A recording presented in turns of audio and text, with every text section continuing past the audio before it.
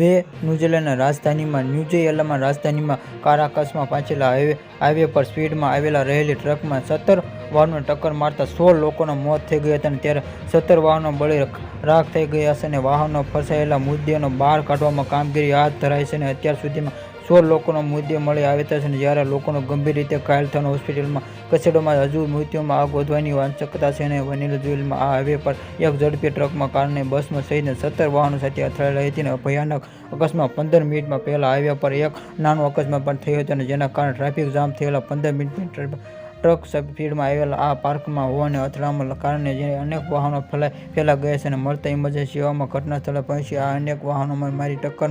Venezuela રિક્ષા મેનેજરમાં deputy analyst કહ્યું કે પહેલા અકસ્માત ટ્રકમાં 3 વાહનોને ટક્કર થઈ હતી અને પછી હાઈવે પર જામ થઈ ગયા હતા અને અન્ય ઘણા લોકો વાહન રસ્તા પર થંભી ગયા હતા. અને ત્યારે અન્ય ટ્રક આવી આ વાહનને ટક્કર મારી હતી. અને ત્યારે હાજર લોકોને કહ્યા અનુસાર હાઈવે રોડ પર